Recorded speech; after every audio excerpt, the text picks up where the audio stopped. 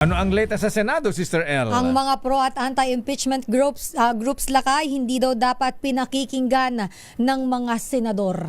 Ayon yan kay Senate President Cheese Escudero. Magbabalita si RH28, Raymond Dadpas. Lakay Raymond.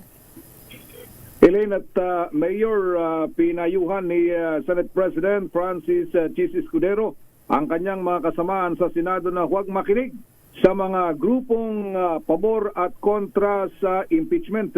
Dahil ayon kay Escudero, parehong bias ang dalawang grupo dahil yung pro ay gusto nilang ma-impeach si Vice President Sara Duterte habang yung anti-impeachment naman ay gustong maprotektahan si ang pangalawang Pangulo sa kinakarap nitong impeachment.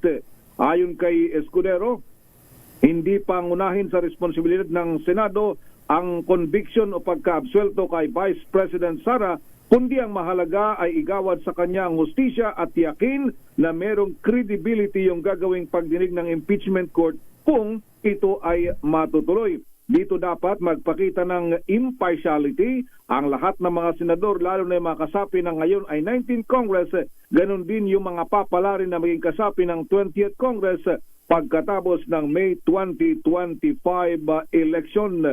Dahil bagamat aminado ang Pangulo ng Senado na hindi maiwasan na maging election issue ngayon ang impeachment para sa mga kumakandidatong senador at ganun din ang mga congressman. Nauna nito inihayag ng Pangulo ng Senado na ang pinakamaagang maaring mapag-usapan ng impeachment ay sa June 2, 2025 na siyang pagbabalik ng kanilang sesyon pagkatapos na ng halalan sa buwan ng Mayo. Mula sa Senado, ito si RH28. Ngayon ay wala kaming nakaschedule na anumang committee hearing dahil nga bukas ay formal nang magsisimula ang kampanya para sa May 2025 national at local election. Ito si RH28, Raymond Dadpas para sa DZRH, una sa Pilipinas, una sa Pilipino. Daming